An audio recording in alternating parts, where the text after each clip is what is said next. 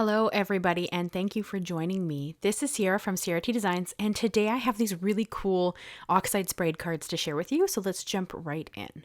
So as usual, I am going to cut down my cardstock. I'm going to cut my watercolor cardstock down to be about 1/4 of an inch smaller than my A2 base, which is 4 1/4 by 5 1/2 when scored. And then I'm going to cut my black mat down to be about 1/8 of an inch smaller than the base. This is just my preferred layering style. You could always, of course, make them bigger, make them smaller. Well, you can't really make them smaller. You could omit the mat if you wanted to, but this is just kind of what I aim for because I love that thin layer. I think it looks really pretty. So these cards are kind of funny. The reason they came about, you guys saw the white and gold cards that I did in the last video, and I finished those cards. It was like the 8th of July, and I was so excited because, as you guys know, if you've been following along, we're getting our floors done. I'm painting my office space. So I had to pretty much tear my whole crafty space apart. So I'm recording this. This voiceover is being done on the 14th, but you guys won't see it until the very end of the month. And I was so excited when I did those white and gold cards because I thought I was done my Christmas cards, and I was so proud of myself. I'd finished them all. I was, celebrating. And then I went and it was after dinner, and I was sitting on the couch. I think I was drinking a cup of tea. And I pulled out my bullet journal, and I was looking at it, and I'm like, wait, Thursday is not the 1st of August. It is the 31st of July.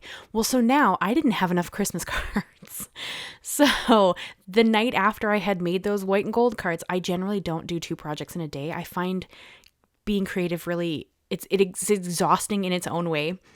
And I don't generally make 2 card sets in a day. However, I had to get these done because we're pulling my office apart. I call it my office. It's my crafty space, my studio, whatever you want to call it. So I needed to sit down and do another set of cards. And so I needed something quick and simple and beautiful. So I went back to a set that I kind of created, I want to say last year. They were done with mica sprays, not oxides, and a different snowflake. But otherwise, it's the same design. But you know what? I don't think it matters because I feel like this design just carries such a punch. And I think it's incredibly easy to recreate. You could do this with any sprays. You could do this with ink smushing. You could do, there's so many options here if you don't own sprays. You could do it with re-inkers, just color on the background and then splatter a little bit. There's no wrong way here. So I pulled out some of my favorite oxides, and I used Tattered Rose, Tumbled Glass, Salvaged Patina. Oh, no, I'm sorry. That is what I'm using for the Spritz right now, was those 3 colors. For my oxides, I used Salvaged Patina, Tumbled Glass, Speckled Egg, Shaded Lilac, and Spun Sugar. And then I brought out 3 Spritz, and that's what you see me adding on top right now. And I kind of tried to keep this Spritz to the colors that they kind of went with. So Spun Sugar doesn't have a Spritz, at least I don't believe it does. If it does, I couldn't find it. So I used Tattered Rose. So anywhere that I used Spun Sugar, I used Tattered Rose Spritz. And Tumbled Glass I put on the Tumbled Glass areas. And then Salvaged Patina I put on the Salvaged Patina oxides. And then if there was a color that I couldn't find, there isn't a light purple, I couldn't, I don't think Milled Lavender is a Spritz. I know that Shaded Lilac isn't a Spritz. So I just didn't bring in a purple version. I just left it alone because I didn't want to bring in something really dark like Wilted Violet or Villainous Potion. So I just left the purple off. But I did splatter a little bit of these on. So if I had a card that had one color that I didn't have in a Spritz, I just added whichever one of the other ones would have gone close enough. And I think they turned out really great. I am going to blow dry them with my heat tool here, so that I can kind of work a little faster. Leaving them to air dry would get a little more motion because you saw me mist my watercolor cardstock with water first before I added my oxides to get a little oxidation, to get a little movement of my colors. But I love the oxides. They just give such a dreamy background, and they're so quick. This video thankfully came together really quickly because, like I said, I had already created that set of 4 cards today, and building all those candles, they take a long time. So I didn't really want to build another set of cards, but I had to get my videos done. So I got them done. I created these really fun ones. This is kind of like a version of a card I've already made. It's kind of 2 cards I've already made. Because like I said, in the last ones that I kind of did this idea, I actually did it with mica sprays. So they're a lot more vibrant because they're a pigment and dye fusion with the mica powder. Whereas of course the oxides, is a pigment. So they end up being a bit more dreamy when they oxidize. That's how I describe it. There are other ways to describe it, but that's kind of what I go for. And you guys know that this is my favoriteest snowflake if you have been with me for any length of time. I love this snowflake so much. It's just such a great large show stealer. So I cut it in holographic cardstock, and I'm going to use 2 and I'm going to layer them up. This just makes the snowflake look bigger and fluffier, if that makes sense. And it kind of just adds a different look to the card because I have used this snowflake already so many times. But hopefully you guys can see that this is literally one die, and I have used it several different ways throughout this month. So I hope that gives you some inspiration to kind of look at your dies a little differently. Maybe grab one that you really like and find different ways to use it. I think that you could recreate any of the cards that I've done with maybe a flower, probably a leaf. I think there's a few things you could do that would look really great in the designs that I've done this month with different dies. If you don't want it to be Christmas or you don't celebrate Christmas, I think you could recreate a lot of these cards with different dies and have them still be, super eye-catching, but not be Christmas themed necessarily. And of course, you guys know I do have a tendency towards non-traditional colors. That is just my preference. I don't like red and green together, but if you do, you could absolutely have done these in a more like traditionally Christmas color palette. I don't really like that color palette. It doesn't really feel eye-catching to me, and I generally try towards very vibrant cards. So I don't go that way, but you absolutely could.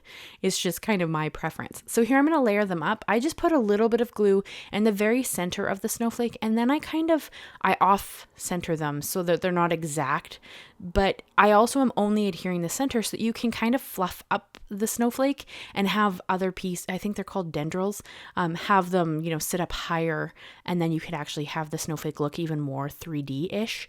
You could also use a foam square in between if you wanted to, but I mail a lot of my cards, so I try not to add too much dimension unless it's super necessary. And I was trying for a really quick and simple card design here that was really eye-catching. Like that was kind of my intention, because this is the last video in Christmas in July. And so I created, 9 videos in less than a week. So I was feeling very, I don't know what the right word is, exhausted, maybe the right word, creatively. Like I was starting to struggle a little bit. Now it's been a couple of days. I actually just made my husband's birthday card, which you guys will see in the next video. It'll be the first video of August. So I did have to make one more card project before I kind of took down my office and kind of got everything going. But I think those cards turned out stunning. Wait until you see those. I don't make very many masculine cards, but man, I think they turned out pretty great, to toot my own horn. You guys will see them next week. Unless you're a member, of course, then you will see them. They should go up today, actually. Because if you're a member on the highest tier, the fan tier, you do get early access to videos. And I try to always have the next video up the day that this video. So like this video goes live on the 31st. So the next video would be Monday the 4th. But for the high tier members, this video, like the next video will be live as of this video going up, if that makes sense. Hopefully it does. So I just want to quickly thank my members. You guys are phenomenal. I greatly appreciate you. You make this all possible.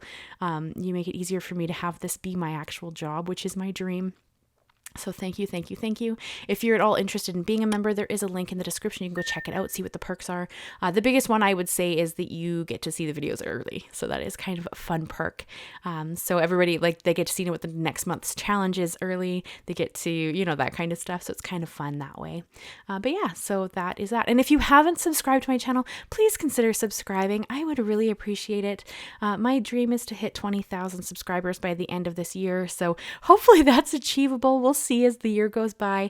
But if you aren't subscribed and you love my content, or you enjoy my content, or you just want to hang out with me, I would really, really greatly appreciate that. It does tell YouTube that you think my content has value, it's educational, or it's interesting, or you just enjoy it in general. That's how they rate that. It's based on subscribers, length of watching the video, leaving a comment, leaving a like, all of that stuff. Interaction with the video is really what tells YouTube that, the content is useful. So if you wouldn't mind, I would greatly appreciate it if you'd subscribe and leave a comment and leave a like. I would love that. So we are on the last Christmas video in July. Which card set was your favorite? Now you guys can tell me, because now, of course, we've gone through all of them. Did you have a favorite card set out of the month? I think mine is between these ones because they were so quick and fun and simple to make, and the alcohol strip ones with the diamond background. I think those are my favorite. They're all really fun cards. I don't dislike any of them, but I think if I had to choose, it would probably be one of those two.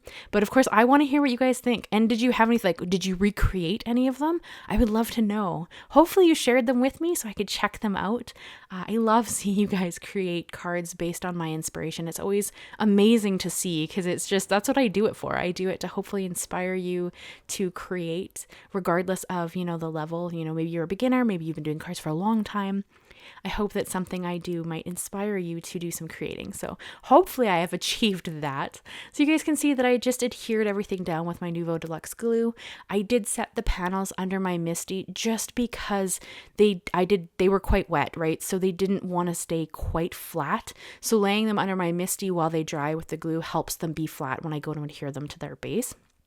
And I did also bring in my favorite Christmas stamp set, which is these Christmas Blessings by Simon Says Stamp. It's just this beautiful mix of fonts. I love it. It's always my favorite for Christmas cards, just because it's just such a beautiful, like it gives such an elegant look to the sentiment. And I love that look. So it is my favorite by far. You guys will have seen me use it several times this month just because I like it so much. And then we're just going to kind of add the snowflakes. Like this card came together really quickly. I think the longest part of this was just die cutting the snowflakes.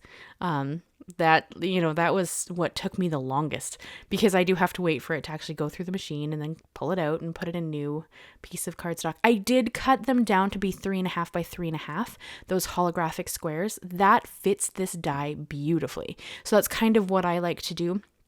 That way it doesn't mar the holographic cardstock as it goes through. It kind of just feeds it and then it, cuts it and looks really nice. And I don't have a whole bunch of like bruising on the rest of the cardstock if there's a larger piece. So that is kind of the cards I have for you guys. I hope that you really enjoyed them. I cannot wait to hear which one was your favorite from this whole series this year. I do have a whole playlist of all of the Christmas and July cards that I've ever created. I think there's almost 40 videos in there now. So if that's of interest to you, make sure you go and check out that whole playlist. I'll have it linked and listed. And of course, my 12 Weeks of Christmas series is coming up starting in October as well. So I hope that you will, subscribe and come back and check out all the fun content I have coming up. I think that I have some interesting stuff, and leave me your thoughts on whether or not I should do art journal content. I've been considering it for a while, but I would love to hear your guys' thoughts. So thank you so much. I hope you leave me a like, leave me a comment, and consider subscribing if you haven't already. I do new videos every Monday and Thursday, and I cannot wait to see you again for my husband's birthday card next week. Thank you guys so much, and I'll see you again very soon. Bye-bye for now.